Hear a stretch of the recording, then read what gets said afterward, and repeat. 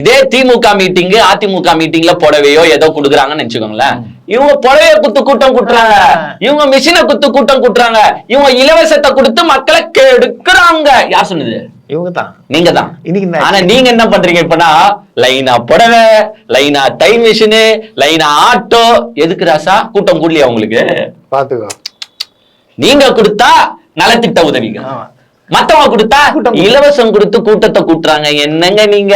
நாங்க எல்லாம் நடத்தினா அப்படியே மக்கள் பொங்கி எழுந்து வந்து உக்காந்துருவாங்க. இலவசம் கொடுக்காம எங்க ஒரு கூட்டம் கூட்டு பார்ப்போம்?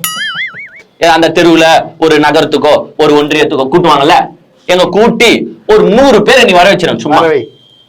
ஆனா அந்த திருவாட்டுல வரணும், நீ வெளில ஆளுல கூட்டு வரக்கூடாது.